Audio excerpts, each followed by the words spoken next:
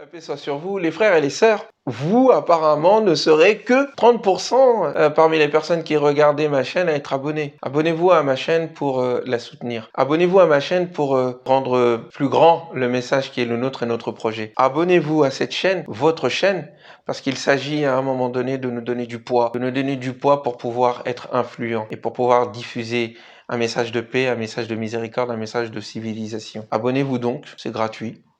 Faites un clic, un pouce bleu, ça me donne du courage et ça me pousse à continuer. Que la paix soit sur vous. Cette vidéo vise à répondre à un certain nombre de questions concernant mon livre, Lire le Coran. En tant que premier tome de mon essai de philosophie coranique. Comment est-ce que tu as eu l'idée d'écrire ce livre? Pourquoi est-ce que ce titre a été choisi? Lire le Coran avec un Y. Pourquoi est-ce que c'est juste un jeu de mots? Ou est-ce qu'il y a un concept, il y a une idée derrière? Pourquoi, comment est-ce que le livre a été élaboré et organisé de la sorte? Et donc, j'aimerais prendre ce petit moment pour expliquer l'arrière-fond, en fait, qui a précédé et qui sous-tend ce livre. Et je souhaite, bien sûr, évidemment, que ce livre soit lu, que vous puissiez vous l'approprier, que vous puissiez le critiquer et que vous puissiez aussi le dépasser. Et j'espère que ce livre nous sera utile dans notre relation avec le Coran pour cette génération, la mienne, ceux à qui je parle, vous, et puis au-delà, pour les siècles qui viennent. C'est vraiment mon ambition, c'est vraiment mon objectif, que Dieu fasse que cet objectif soit atteint. Alors, lire le Coran et l'YRE, 3 étapes, ou 4, dans l'idée. Comment est-ce que ce livre est venu? Comment est-ce qu'il est né dans mon esprit?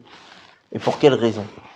La première, elle est née tout d'abord lorsque j'étais étudiant chez le professeur et cheikh Ayoub Le Seur. J'avais écrit à l'époque, nous sommes à la fin des années 90, au début des années 2000, un texte qui s'intitulait Ma'a al-Qur'an, avec le Coran, et qui donnera d'ailleurs naissance à un autre titre de livre que j'espère publier prochainement, qui s'intitulera En compagnie du Coran. C'est un titre qui revient souvent dans mon propos. Je crois même que certaines vidéos ont été ainsi titrées. Et puis je m'étais promis, lorsque j'avais écrit ce texte, j'avais d'ailleurs eu une très très bonne note, eh bien je m'étais promis que mon premier livre tournera autour du Coran et s'intitulera Ma'a al-Qur'an, ou avec le Coran. Le titre a changé, mais l'idée est restée. Et cette promesse, au fait, que je m'étais faite lorsque j'étais jeune étudiant, c'est celle-ci que j'ai fini par réaliser des années plus tard. Deuxième moment, c'est lorsque je m'étais mis, à mon retour de pèlerinage, à méditer le Coran en public. Je me souviens au 18e arrondissement, dans la mosquée Al-Fatr, la mosquée de la rue Polonceau, et des amis, des personnes qui venaient m'écouter, c'était tous les jours pratiquement pendant les grandes vacances, après le Maghreb, entre le Maghreb et l'Aïcha, eh bien les personnes qui venaient et qui ont fini par devenir mes meilleurs amis, hein, c'est mes plus anciens amis et mes meilleurs amis, eh bien m'ont posé souvent cette question: Ousmane, comment tu fais? Comment tu fais pour méditer comme tu médites le Coran? On lit les mêmes passages que toi tu arrives à y trouver et à en tirer des enseignements que nous ne voyons pas comment tu fais. Et cette question m'a interpellé. Effectivement, comment je fais pour méditer le Coran? Entre-temps, avant cela, j'avais fait la rencontre de mon oncle et professeur Mohamed Diako, de qui j'avais intuitivement compris et saisi immédiatement comment méditer le livre. C'est après l'avoir écouté une première fois, la première leçon, je l'avais écouté, j'ai compris comment il fallait méditer le Coran. Mais ça n'était pas méthodologiquement établi, c'était plus intuitivement pratiqué. Et donc cette question m'a interpellé et je me suis dit qu'il fallait effectivement, pour répondre à leur question, réfléchir sur la manière dont je réfléchissais lorsque je lisais le Coran. Et d'où me venait en fait cette façon particulière de lire le livre. Et je me suis rendu compte que la façon particulière que j'avais de lire le livre, le fait de le relier, de l'harmoniser, le fait que je suis toujours en train de chanter le Coran, toujours en train de le méditer, il y a toujours un bout, une sourate, un bout de Coran, un bout de sourate ou une sourate entière qui est en train de virevolter dans mon esprit, eh bien, c'est cette habitude que j'ai de lire le livre qui m'a donné une certaine attitude, une certaine approche. Cette approche, effectivement, d'harmoniser le livre. Dès qu'il y a un passage du Coran, il y a l'ensemble des passages du Coran que je connais, voire même l'esprit du livre que j'ai pu retenir à force de le lire, qui viennent éclairer ce passage-là. Il y a le fait que je me concentrais sur le sens des mots, que voulait dire tel mot, mais sans m'y noyer. Je me noyais pas dans le sens des mots. De sorte qu'il y avait même des fois, je comprenais pas un mot particulier, mais le contexte global de la sourate me permettait de comprendre de quoi il s'agissait. Puis ensuite, quand j'avais un moment, ou lorsque mes connaissances en langue arabe augmentaient, ou lorsque je prenais le temps de lire un livre de tafsir, ou quand je prenais un dictionnaire, bon, j'en comprenais le sens. Et en même temps, donc, j'avais une approche à la fois précise et en même temps reliante et en même temps symphonique de l'ensemble du livre. Mais cette attitude-là, elle est née automatiquement, en fait, implicitement, dans mon rapport au livre, comme si le livre, à force de le fréquenter, m'avait imprégné. Avait imprégné même ma manière de réfléchir le monde, de penser le monde. Le livre, lire le Coran, est l'expression, la clarification, l'élaboration, la systématisation sous forme d'écrit de cette pensée, de cette façon particulière dont le Coran m'avait imprégné. Troisième étape, c'est lorsque j'étais étudiant en sciences islamiques, théologie musulmane et sciences islamiques à l'USH. J'avais effectivement fini tout le cursus et je devais rendre mon mémoire. Je me souviens d'ailleurs au passage que certaines personnes ne donnaient pas cher de ma peau durant ces 4 années où je travaillais le soir, je travaillais toute la journée, ensuite le soir j'allais en cours à l'USH jusqu'à 21h30, 10h et ensuite je rentrais à la maison. On faisait ça tous les jours, du lundi au vendredi, ensuite ça s'est réduit à lundi, mercredi et vendredi. Al-Muhim. Pendant 4 années, je me souviens, on était une trentaine d'élèves et au début nous étions une trentaine d'élèves et nous avons terminé le cursus à 7 personnes. Et je faisais partie de ces 7 personnes. Et j'ai été le seul d'ailleurs parmi ces 7 personnes à être né en France, à être francophone. Tout le reste c'était des arabophones ou des gens qui venaient du bled. Je dis ça parce que certains professeurs là-bas voyaient un peu mon côté un peu cool, désinvolte, on va dire comme ça, en apparence, pensaient qu'en fait, cette désinvolture apparente était une désinvolture de fond. Or, Dieu merci, je suis quelqu'un, et je crois que vous l'avez remarqué, et lorsqu'il décide quelque chose et que cette chose lui tient à cœur, il va au bout. Il prend le temps qu'il faut, mais il va au bout des choses. Al-Muhim. Et donc, quand on arrive à la maîtrise, à l'époque on disait maîtrise, on s'arrêtait à la maîtrise, eh bien, j'ai choisi comme sujet de mémoire le Coran. Comment interagir avec le Coran. Kayfa nata'amal ou at-ta'amul ma'al Qur'an en arabe.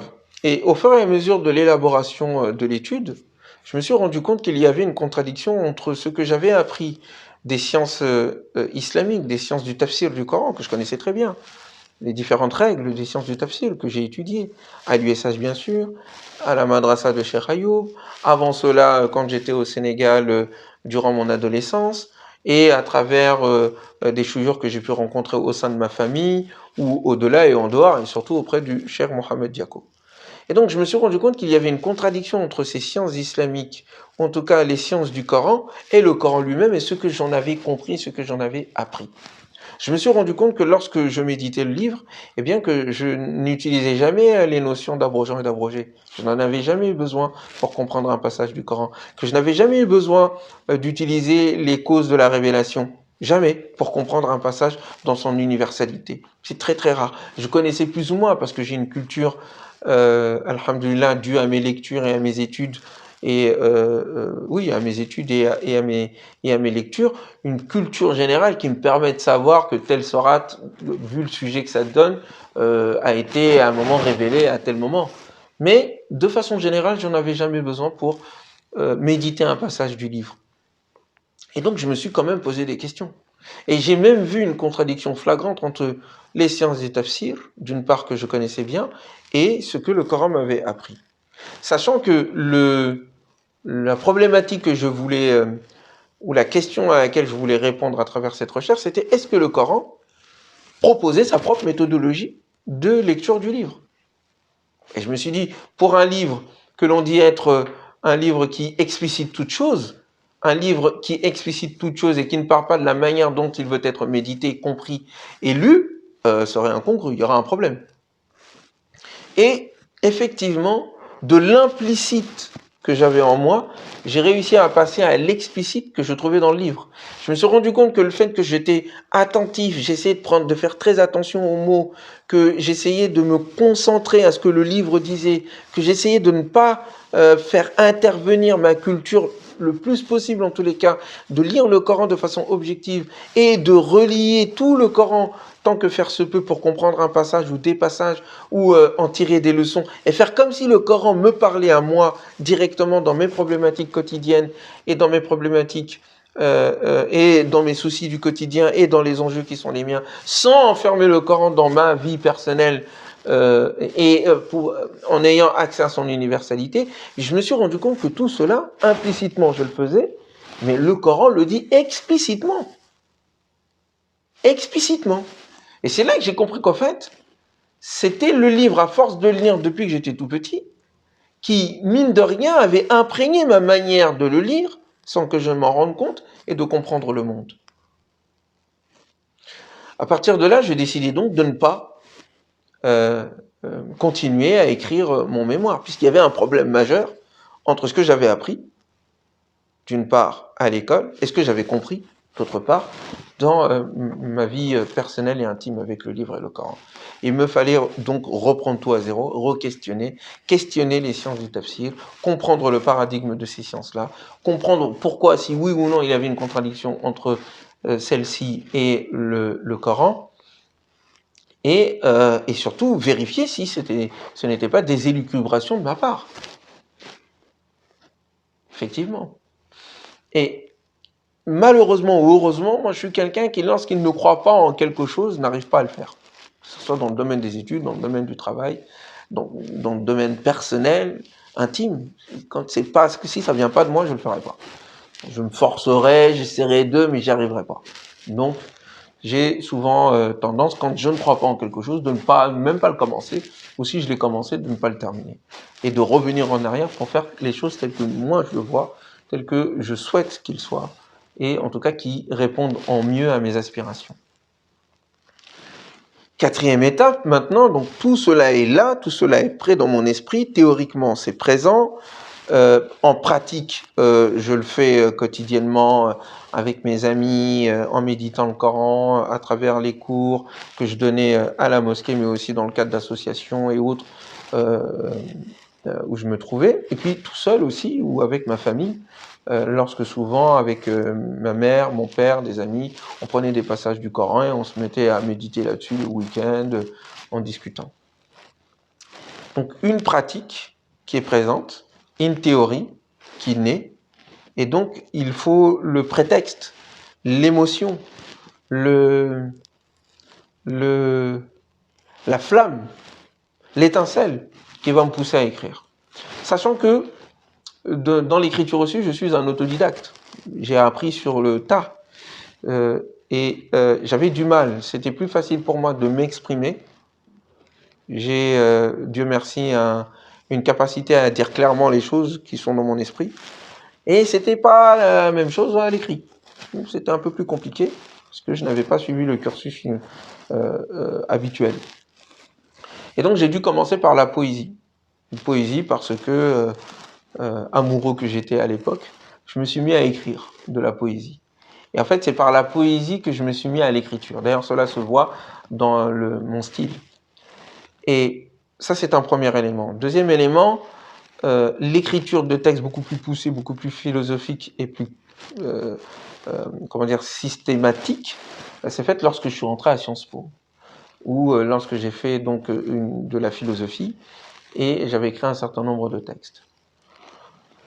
Dans cette période-là, je suis piqué dans mon orgueil par ma responsable de master qui refuse que je change de master.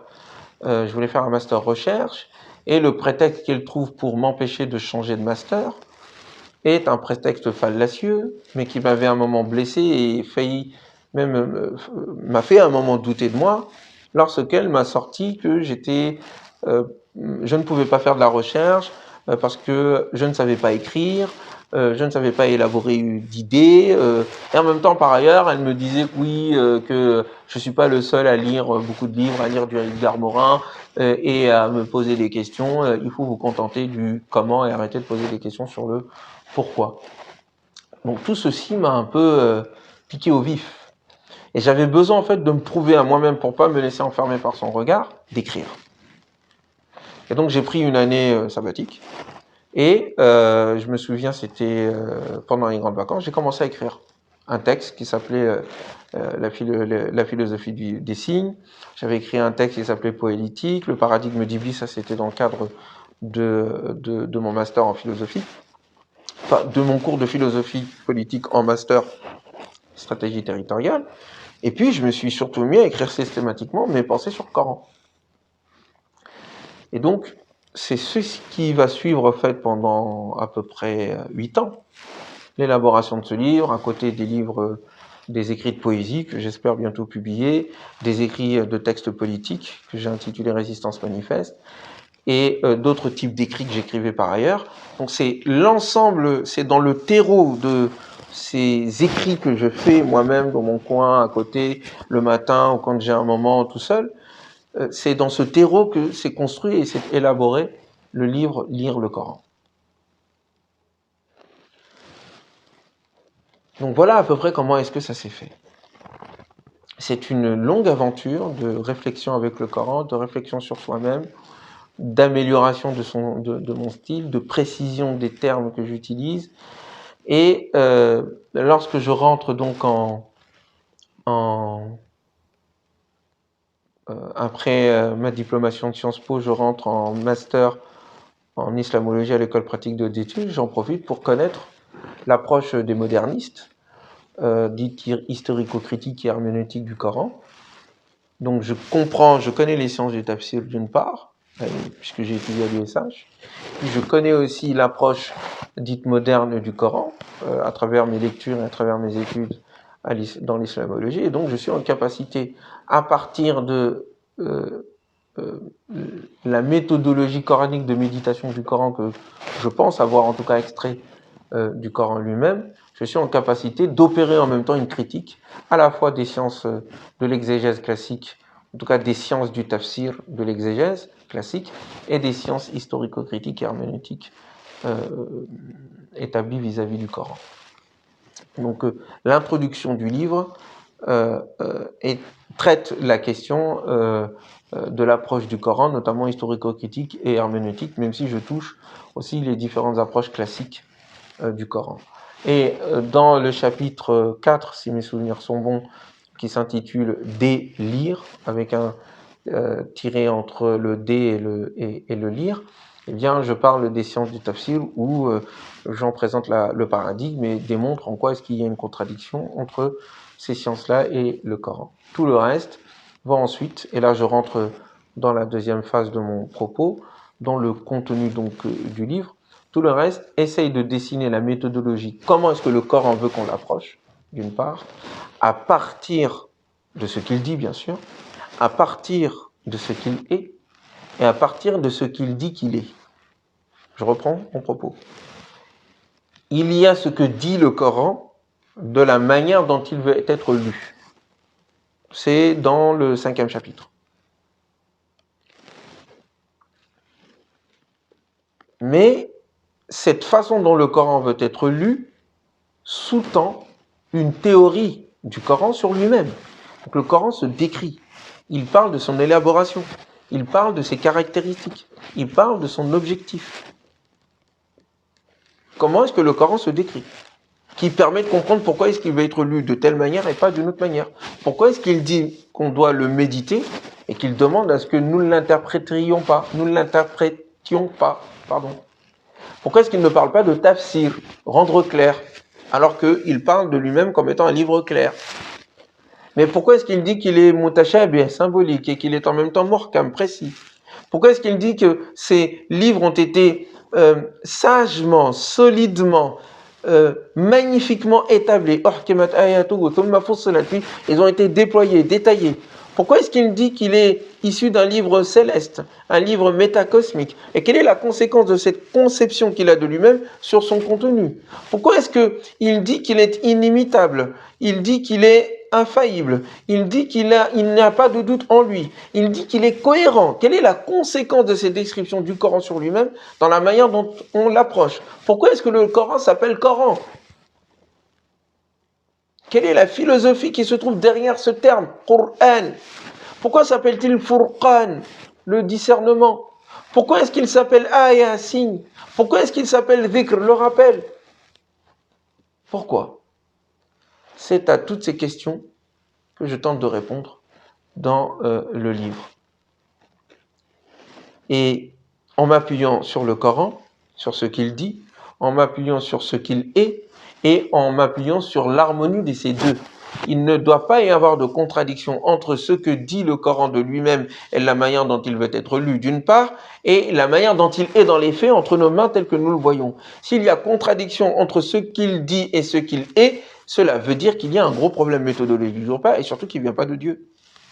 Mais indépendamment aussi de savoir s'il vient de Dieu ou pas, le postulat de mon livre, c'est que, croyant ou pas, nous sommes obligés de partir du Coran tel qu'il est, et pas tel que nous le fantasmons.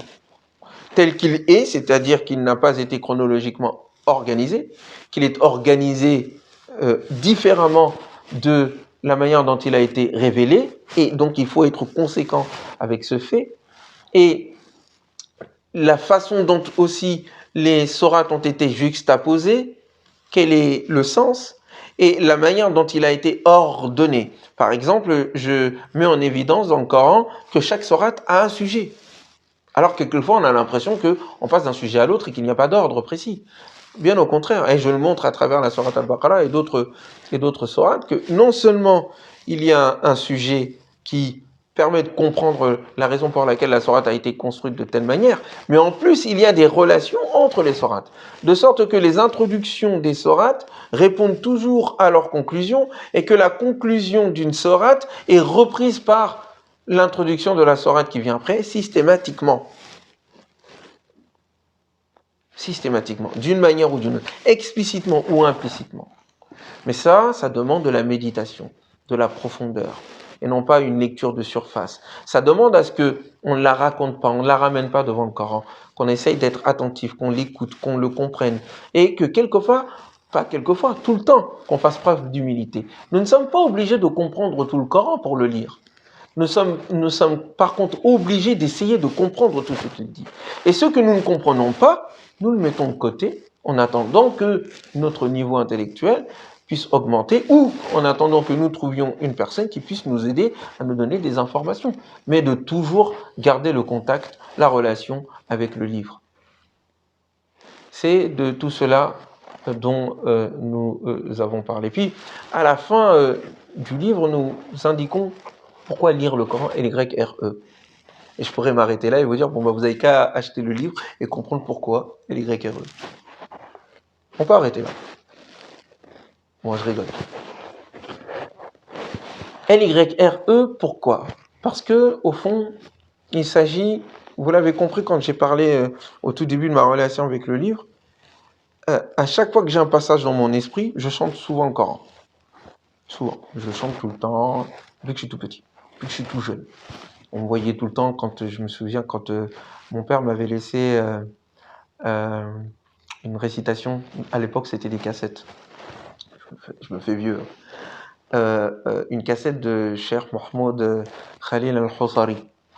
Et c'était les sourates de Amma Yatasa'aloun jusqu'à Surat al-Nas. Et j'avais appris toutes ces sourates à force d'écouter. Et je me souviens que je le récitais tout le temps. Les gens, quelquefois, il y avait même des gens qui me prenaient pour un fou parce que en marchant dans la brousse, je le récitais. Quand je revenais, je le récitais. Quand j'étais dehors tout seul, on m'entendait en train de le chanter. C'était vraiment une sorte de chanson dans mon esprit. Je comprenais même pas d'ailleurs ce que ça voulait dire à l'époque. Je comprenais pas encore l'arabe. Mais la mélodie du livre m'interpellait, me parlait. Et ça, je l'ai toujours gardé jusqu'à présent. Dès que j'ai un moment seul, je me mets à chanter le Coran. Et donc, il y a une habitude chez moi qui fait que, à chaque fois que j'ai un passage du Coran, j'ai d'autres passages qui viennent, qui interpellent d'autres passages, qui interpellent d'autres passages, et ainsi de suite.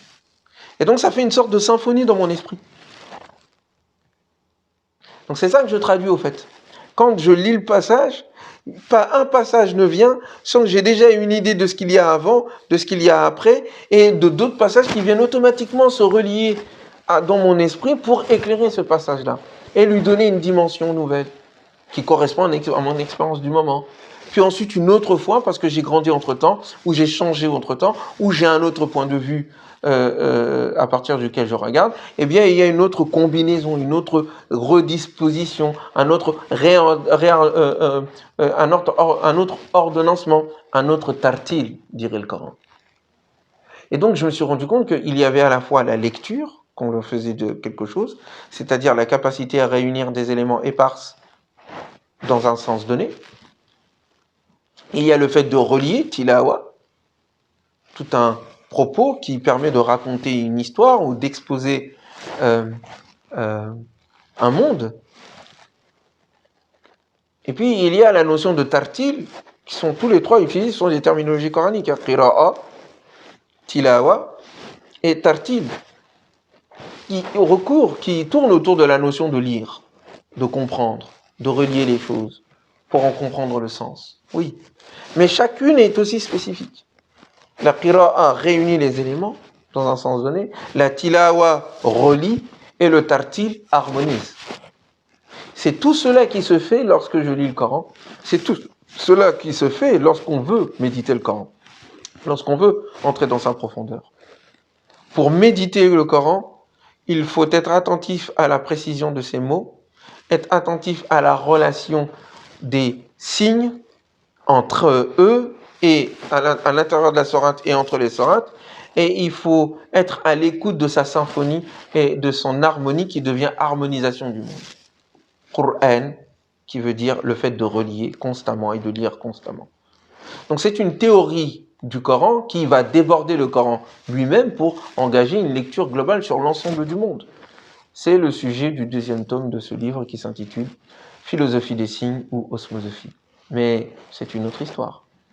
Et un autre moment que j'espère partager avec vous, si Dieu le veut, prochainement, en tout cas dès que l'occasion se présentera. Voilà pourquoi est-ce que le livre s'intitule Lire le Coran. Voilà comment est-ce qu'il a été pensé et élaboré. Et voilà comment est-ce qu'il a participé en très grande partie à la maturation de mon âme et de mon esprit. Et j'espère du fond de mon cœur que chaque lettre, que chaque mot, que chaque chapitre écrit dans ce livre seront autant de fraîcheur qui viendront éteindre les flammes de mes péchés et de mes erreurs, et qu'ils seront autant de voix données à chacun et à chacune d'entre nous pour se mettre en contact du Coran directement.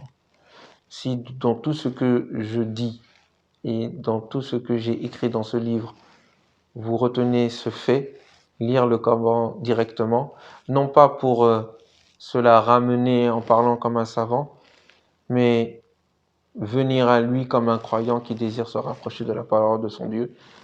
Si vous retenez cela, vous avez retenu l'essentiel. Je vous remercie et que Dieu vous protège.